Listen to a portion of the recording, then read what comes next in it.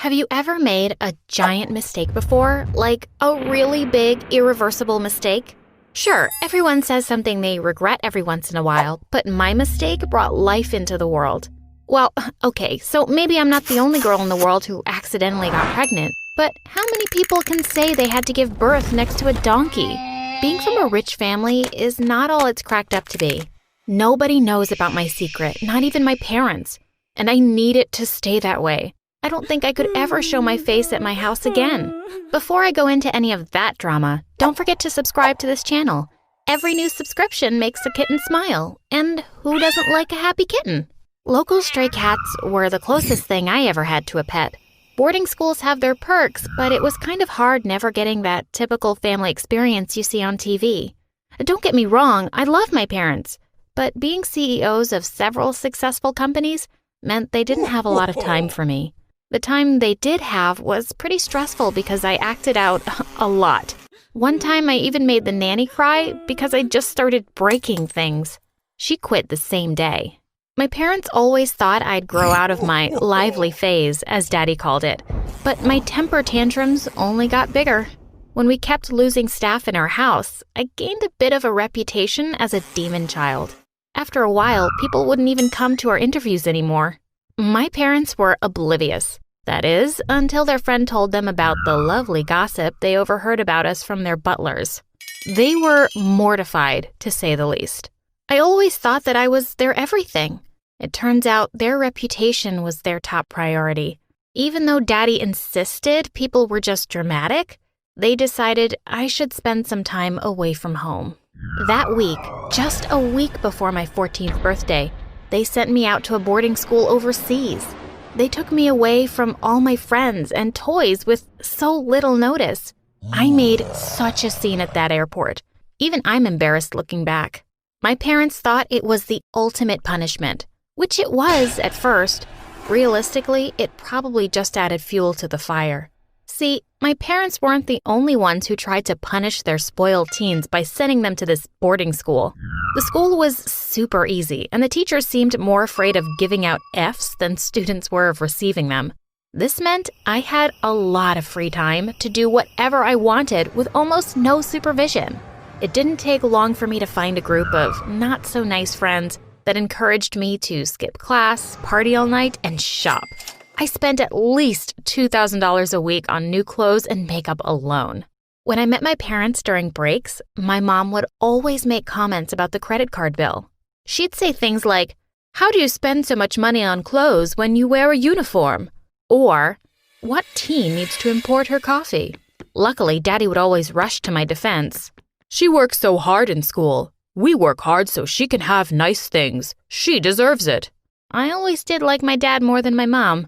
He was easy to win over. Sadly, not everything can be excused as easily as a credit card bill. Like many other mistakes, mine started with a boy.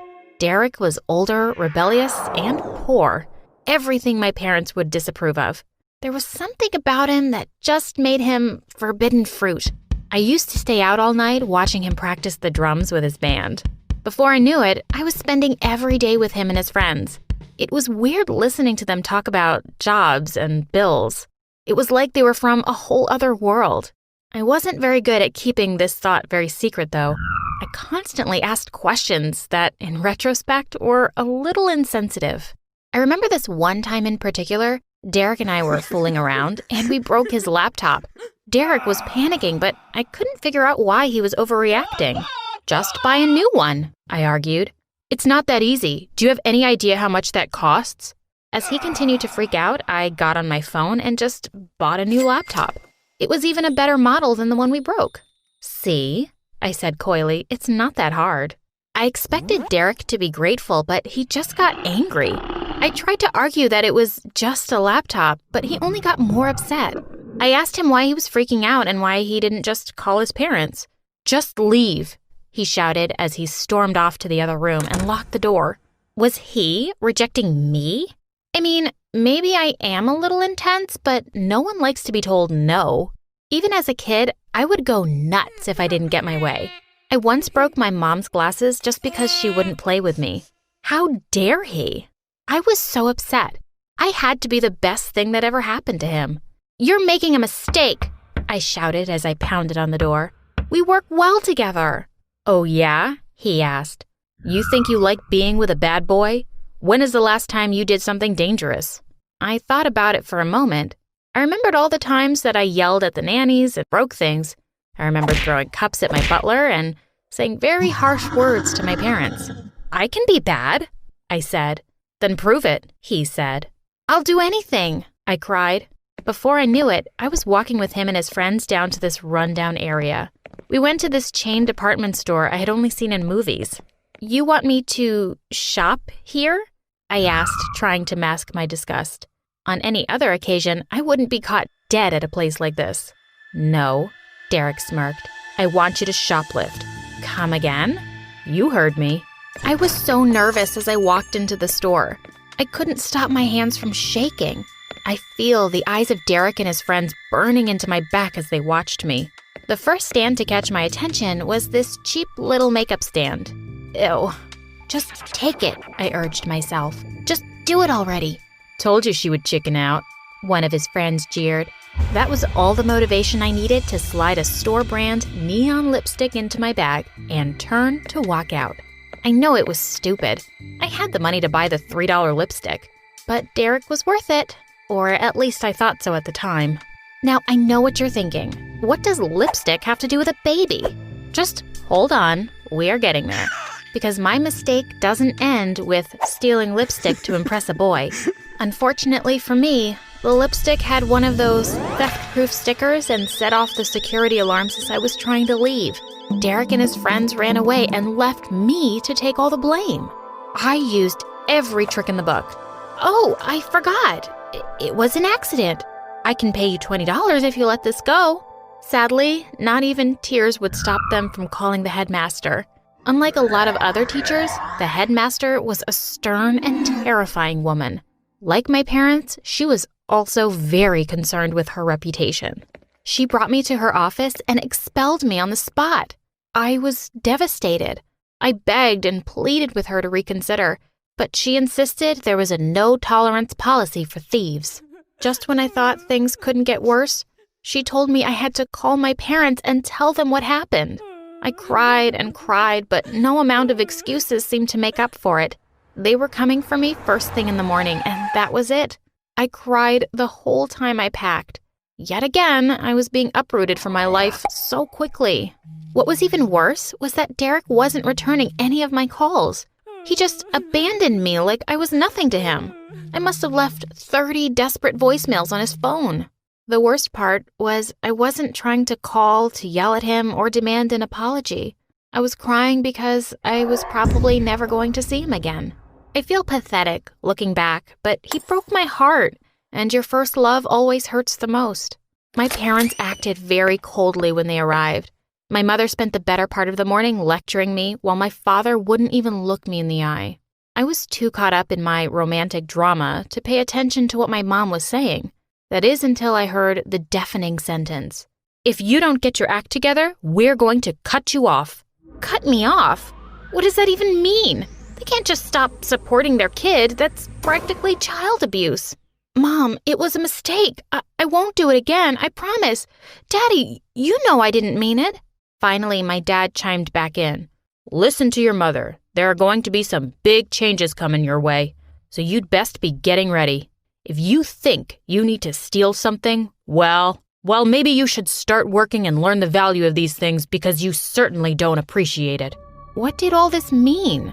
Suddenly, not seeing Derek didn't seem like the worst thing in the world.